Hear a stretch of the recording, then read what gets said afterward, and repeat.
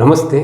इस वीडियो में हम बात करने वाले हैं एनपीएस यानी कि नेशनल पेंशन स्कीम के बारे में।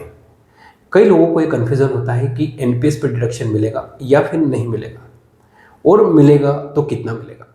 आज की इस वीडियो में हम आपके सारे डाउट्स क्लियर कर देंगे। मैं हूँ सीए गौरव पालीवाल और चलिए शुरू करते हैं। जैसा कि आपको पता होगा कि हमारे पास दो तरह के टैक्स रिजिम हैं, ओल्ड टैक्स रिजिम और दूसरा है न्यू टैक्स रिजिम। और एनपीएस में मिलने वाली जो टैक्स है, उसकी जो छूट है, उसको तीन हिस्सों में बांटा गया है, तीन सेक्शन बांटा गया है। पहला है सेक्शन 80 सीसीडी सबसेक्शन 1, दूसरा है 80 सीसीडी सेक्शन सबसेक्शन 1B, और तीसरा है 80 सीसीडी 2। तो चलिए शुरू करते हैं सारे सेक्शंस के बारे में। तो सबसे पहले शुरू करते हैं सेक्शन 80 सीसीडी 1 के बारे में। तो एम्प्लॉय का जो कंट्रीब्यूशन होता है वो हिस्सा होता है जो आप खुद अपनी सैलरी में जमा करते हैं। तो ये जो डिडक्शन है वो सेक्शन 80C में ही आ जाता है, जो 1.5 लाख की जो लिमिट होती है उसमें आ जाता है।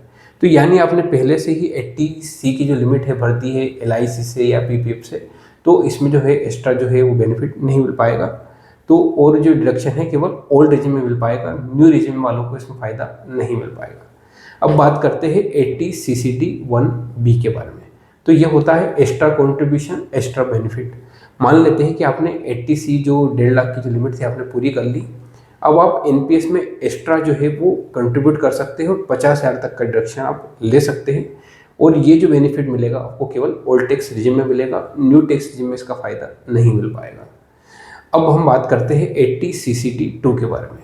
तो एम्प्लॉय का जो कंट्रीब्यूशन होता है वो आपका जो एम्प्लॉयर जो कंट्रीब्यूशन करता है उसका बेनिफिट आपको इसमें मिल जाता है। और इसकी जो खास बात है इस सेक्शन की, वो आपको ओल्ड रिजिम में मिल जाएगा बेनिफिट और न्यू रिजिम में भी इसका बेनिफिट मिल जाएगा।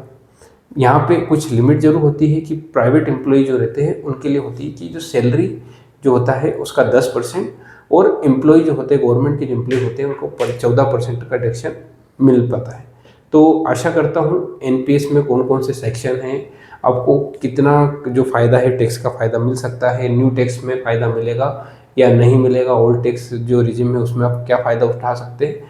इन सारे जो डाउट्स है इस वीडियो से आपको क्लियरिटी मिल गई होगी। आशा करता हूँ आपको ये वीडियो पसंद आया होगा। आपकी और कोई डाउट है या इसी से रिलेटेड कोई कन्फ्यूजन है तो आप कमेंट्स में लिख सकते हैं। धन्यवाद। फिर मिलते हैं एक नए वीडियो में एक नए टॉपिक के साथ।